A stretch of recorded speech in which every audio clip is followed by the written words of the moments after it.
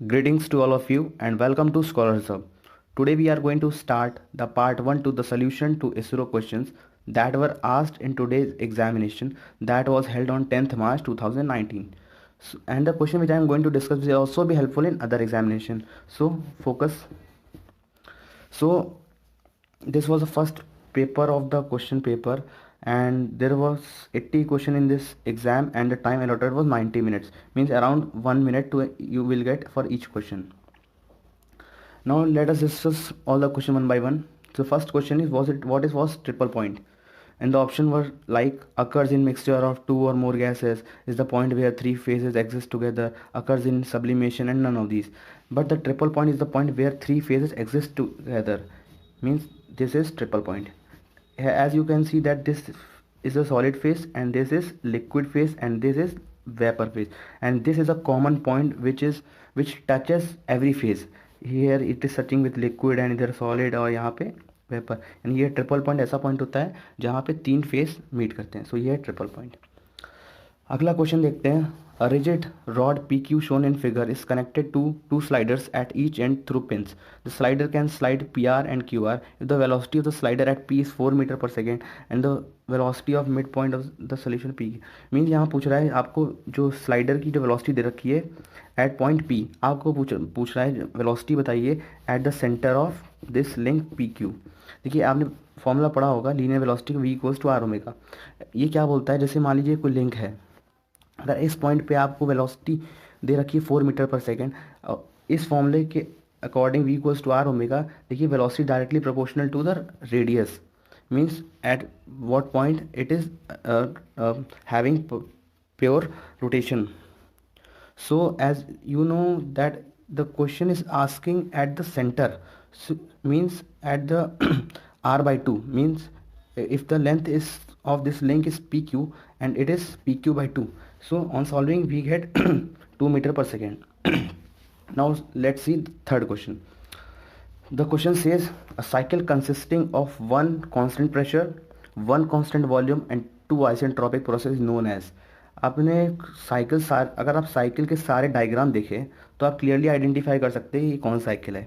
आपने अगर diesel cycle का अगर आपने डायग्राम देखा हो, पीवी डायग्राम, तो ये कुछ इस तरह से होता है.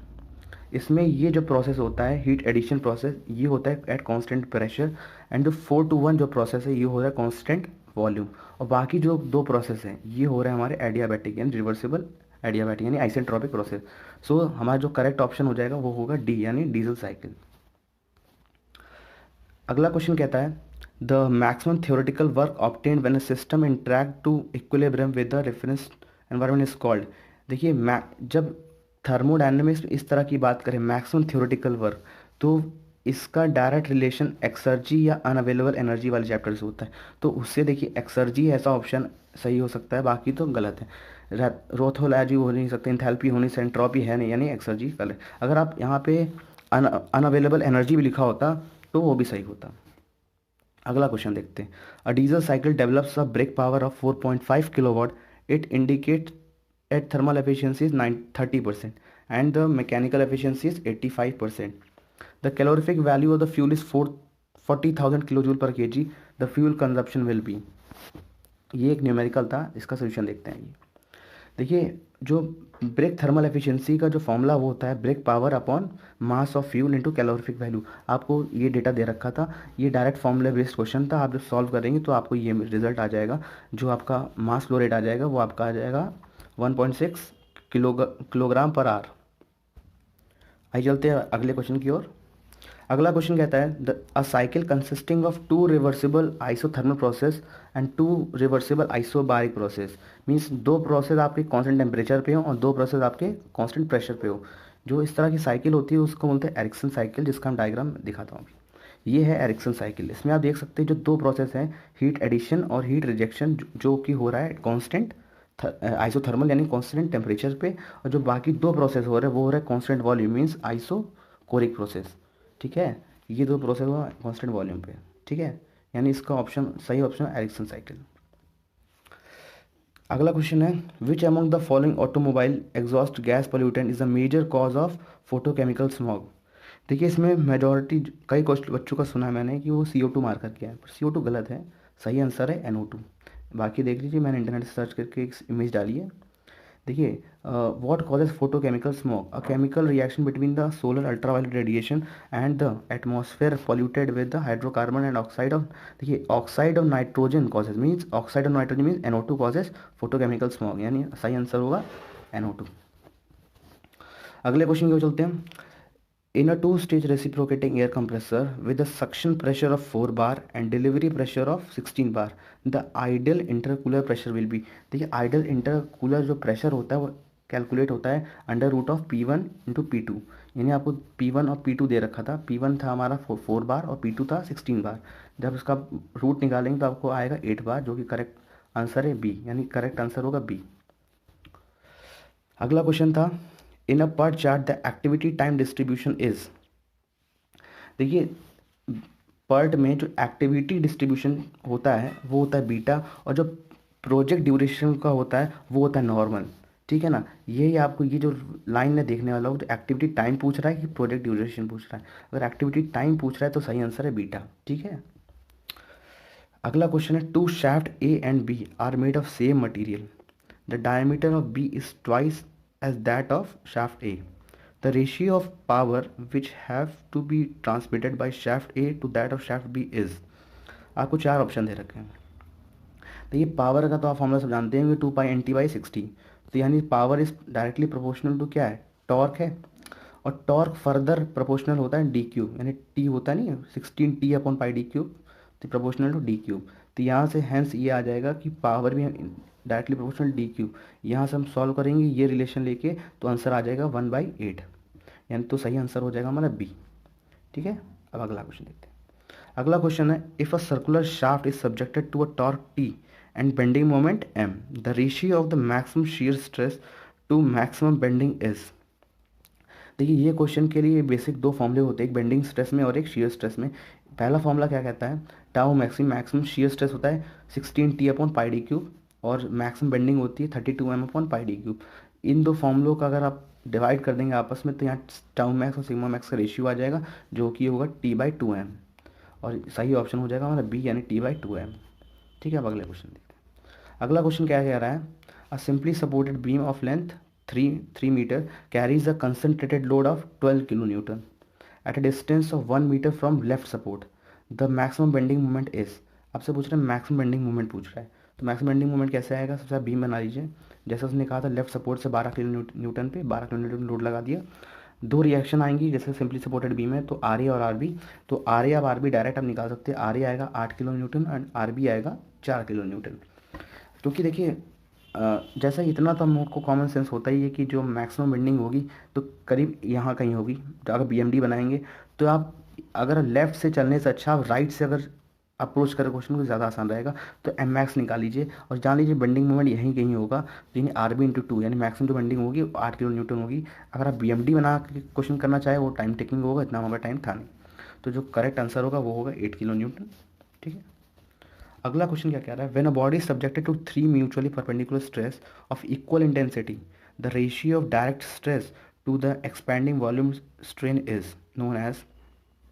देखिए जब म्यूचुअली परपेंडिकुलर स्ट्रेस की बात होती है, ठीक है ना, तो हमेशा बल्क मॉड्यूलस पिक्चर में आता है।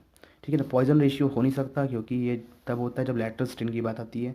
ठीक है, मॉडुलस रिजिडिटी है नहीं और यंग मॉडुलस है नहीं, और ये बल्क मॉड्यूलस है, इसको हम डिनोट करते हैं आमतौर पे के से। ठीक है, अगला क्वेश्चन बोल रहा है, the bending moment in the centre of the simply supported beam carrying a UDL for W unit length is. देखिए डायरेक्ट फॉर्मूला है ये, मैक्सिमम बेंडिंग पूछ रहा है कि अगर कोई सिंपली सपोर्टेड बीम है तो उसमें जो मैक्सिमम बेंडिंग होगी वो कहाँ होगी। देखिए मैक्सिमम बेंडिंग होगी सेंटर पे, जो कि होगी W²/8। ठीक है, इसको आप डायरेक्ट रिजल्ट है याद कर लीजिए। अगला क्वेश्चन ये थोड़ा कंसेप्चुअल क्वेश्चन था, for a flow of a liquid at constant rate. देखिए कॉन्स्टेंट रेट का ही मतलब होता है स्टेडी, तो यानी ये दो ऑप्शन तो डायरेक्ट ही कट गए। ठीक है, अब ये दो बचे।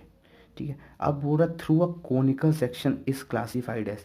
अब जो कोनिकल सेक्शन होगा तो उसका कुछ शेप ऐसे होगा, समझ रहे हैं ना।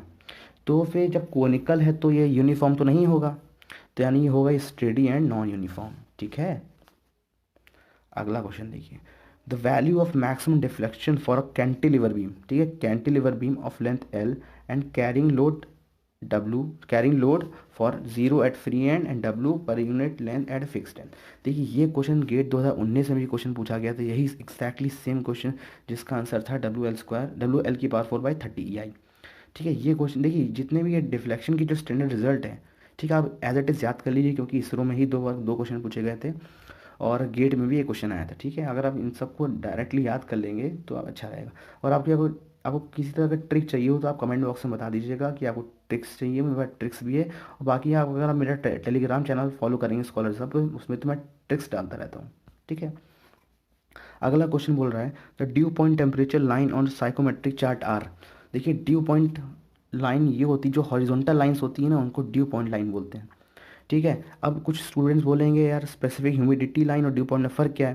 देखिए जो स्पेसिफिक ह्यूमिडिटी लाइंस होती है वो लेफ़्ट से राइट अप्रोच होती है और जो ड्यू पॉइंट लाइन होती है राइट टू लेफ्ट अप्रोच होती है। ये बहुतों को नहीं पता होता है, ये आप जान लीजिए। ठीक है, ड्यू पॉइंट लाइन हॉरिजॉन्टल होती हैं, यानी ऑप्शन हो जाए ए ऑप्शन। ठीक है, अगला क्वेश्चन लेते हैं। अब बोल रहा है कि what is sensible heat factor. अब देखिए सेंसिबल हीट फैक्टर, ये जो क्वेश्चन था साइकोमेट्री से, देखिए आप साइकोमेट्री से कई क्वेश्चन आए। देखिए ये क्वेश्चन साइकोमेट्री का, इससे पहले भी 2 साइकोमेट्री क्वेश्चन देखिए जब मैंने बोला था इससे पहले जो वीडियो डाला था मैंने बोला था, हमने कहा ये जॉब RAC की जॉब है, तो इससे आप जान लीजिए कई क्वेश्चन आपके RAC रिलेटेड होंगे। ठीक है ना, जो जिन्होंने मेरा चैनल फॉलो वगैरह किया है वो जानते हैं। ठीक है, अब देखते हैं सेंसिबल हीट फैक्टर क्या होता है, ये भी RAC का ही क्वेश्चन है। आपको 4 ऑप्शन दे रखे थे, latent heat to sensible heat, sensible heat to latent heat, ठीक है, latent heat to total heat and sensible heat to total heat. इतना तो कॉमन सेंस तो होगा ही, अगर सेंसिबल हीट फैक्टर बोल रहा है तो ऊपर सेंसिबल हीट ही होना चाहिए, यानी इन्हीं दो में से कोई एक ऑप्शन होना चाहिए। ठीक है, अब देखिए सेंसिबल हीट का डायरेक्ट फॉर्मूला होता है sensible heat upon total heat, और टोटल हीट में आ रहा था आपका sensible heat plus latent heat, यानी ये सेंसिबल हीट फैक्टर हो जाएगा आपका sensible heat to total heat. अब अगला क्वेश्चन देखते हैं। अगला क्वेश्चन देखिए ये भी क्वेश्चन आपका RAC से है। ठीक है, ये आया है रेफ्रिजरेशन साइकिल का क्वेश्चन है। ठीक है, ये क्या पूछ रहा है, ये बोल रहा है the principle of vapour compression cycle is that fluid absorb, ये word absorb heat while changing from a. Heat देखिए एब्जॉर्ब कहाँ होती है, अगर आप वो देखें, रुकिए मैं डायग्राम में आपको बना कर दिखाता हूँ आपको पूरा। देखिए अगर देखिए डायग्राम की बात करें, अगर देखिए साइकिल का डायग्राम ड्रॉ करें तो देखिए आपने देखा होगा यहाँ पे हमारा होता है कंडेंसर, ये होता है इवेपोरेटर, यहाँ पे करीब लगा होता है कंप्रेसर, और यहाँ पे लगा होता है आपका एक्सपेंशन वॉल्व। हीट जब आती है यहाँ तो लिक्विड फॉर्म में आ रहा है, जब यहाँ होकर जाती है तो यहाँ पे जो लिक्विड फॉर्म होता है वो चेंज हो जाता है वेपर फॉर्म में, यानी जो हीट एब्जॉर्ब हो रही है वो कहाँ हो रही है, इवेपोरेटर में। ठीक है, अब ये हीट एब्जॉर्ब हुई इवेपोरेटर में, यहाँ हो गया फेस चेंज, यहाँ हो गया वेपर फॉर्म, ये कंप्रेस होगा। अब देखिए हम लोग इसको डायरेक्ट तो भेज नहीं सकते कंडेंसर में, तो इसको हम लोग करेंगे कंप्रेस। जब ये कंप्रेस हो जाएगा फिर हम भेजेंगे इसको कंडेंसर में ताकि इसका फेस चेंज हो जाए। जब फेस चेंज होगा तो ये वापस से लिक्विड फॉर्म में आ जाएगा और इस तरह साइकिल चलती रहेगी। यहाँ से कि यहाँ पे लिक्विड एंट्री होती है, यहाँ पे वेपर होता है, यानी अल्टीमेटली आप देख क्या रहे हैं कि जो फेस चेंज हो रहा है इवेपोरेटर में हो रहा है फेस चेंज, और इवेपोरेटर में जहाँ हो रहा है लिक्विड गैसेस फॉर्म में, और कंडेंसर में वापस से लिक्विड फॉर्म में। ठीक है, तो जो करेक्ट ऑप्शन होगा वो होगा ऑप्शन नंबर बी। ठीक है, अगला क्वेश्चन था what is crowning of pulley. देख आप चारों ऑप्शन देखिए, increase the tightness of the belt, ठीक है, ये भी ऑप्शन हो सकता है। दूसरा है prevent the belt running of the पुली। तीसरा है increase the transmitted torque transmitted, ऐसा नहीं है। Improve the shape and strength, ये तो बिल्कुल नहीं है। ठीक, अब इन 2 क्वेश्चन में डाउट होता है। देखिए क्राउनिंग ऑफ पुली क्या होता है, जो हमारे पुली का जो व्हील होता है, दिखाता हूँ आपको, जैसे ये पुली का व्हील है, मैं टॉप व्यू दिखाता हूँ आपको। ठीक है, जैसे मान लीजिए ये टॉप व्यू है, ठीक है ना। अब यहाँ पे कुछ ऐसी प्रोफाइल जनरेट की जाती है ऐसे कि जो हमारी जो पुली का जो बेल्ट हो वो इसी में आके ऐसे फंस जाए, कि मतलब ऐसी प्रोफाइल, ऐसे एक बाकायदा प्रोफाइल जनरेट होती है, ऐसे ऐसे ये ऐसे प्रोफाइल जनरेट होती है कि इन केस कभी मान लीजिए RPM ज़्यादा हो जाए, उसकी वजह से क्या, आपने वर्लिंग ऑफ शाफ्ट तो पढ़ा ही होगा कि जब आपकी शाफ्ट वाइब्रेट करने लगेगी उसकी वजह से जो उसका बेल्ट भी होगा वो भी थोड़ा अपनी जगह से पोजीशन चेंज करेगा, ताकि ऐसा ना हो कि वो जो आपका बेल्ट हो उससे डी अटैच हो जाए, ऐसा नहीं होना चाहिए। इसलिए हम लोग क्राउनिंग करते हैं, ताकि हम लोग बेल्ट को रनिंग ऑफ से बचा सकें और हमारा जो पावर है वो स्मूथली ट्रांसमिट होता रहे। समझ रहे हैं? अगला क्वेश्चन देखते हैं। Within a boundary layer, the order of viscous force is much higher than the inertia force. The order of viscous force is equal to inertia force. तीसरा है the order of viscous force is less than. चौथा है both the forces are zero. देखिए boundary layer जो होती है हमारी, boundary layer देखिए पहले तो, ये boundary layer profile, boundary layer ऐसे बनती है। पहले सोचिए बाउंड्री लेयर से बनती क्यों है। कहीं ना कहीं इस रीजन में कोई तो ऐसा फोर्स तो होगा ना, ऐसा कोई फोर्स होगा जो हर एक लेयर को, इंडिविजुअल हर लेयर को स्टॉप कर रहा है ना। हर लेयर को, यानी कोई तो अंदर फोर्स है, वो फोर्स कौन सा होगा? विस्कस फोर्स होगा। तो यानी अल्टीमेटली क्या कंक्लूजन पे आए हम लोग कि जो हमारा जो विस्कस फोर्स ही ऐसा फोर्स है जो जो बाउंड्री लेयर के अंदर एग्जिस्ट करता है, बाहर तो क्या इनर्शिया करता ही है। So the correct answer is A, the order viscous force is much higher than the inertia force. Thank you. आप अगर आपको ये सेशन अच्छा लगा हो तो लाइक करिएगा और अपने दोस्तों के साथ तो ज़रूर शेयर करिएगा, ताकि वो लोग भी, उन लोगों को भी नॉलेज मिल जाए। और इसमें मैंने आधे ही क्वेश्चन डिस्कस किए हैं, बाकी आधे क्वेश्चंस मैं इसके पार्ट 2 में करूँगा। So till then thank you. And ये देखिए, ये वीडियो लाइक ज़रूर करिएगा और शेयर तो ज़रूर करिएगा। और कमेंट में इसलिए बोल रहा हूँ, कहीं आपको किसी क्वेश्चन में लगे कि हाँ मेरा सोल्यूशन गलत है, या आपको क्वेश्चन में किसी डाउट हो, तो आप कमेंट ज़रूर करिएगा। और हाँ, जो स्कॉलर्स हब चैनल है हमारा, तो उसको सब्सक्राइब करना ना भूलिएगा, क्योंकि देखिए अगर सब्सक्राइब करेंगे तो हम भी लोग को मोटिवेशन आता है, थोड़ा काम करने का मोटिवेशन आता है। ठीक है, सब्सक्राइब करना मत भूलिएगा। और thank you, have a nice day.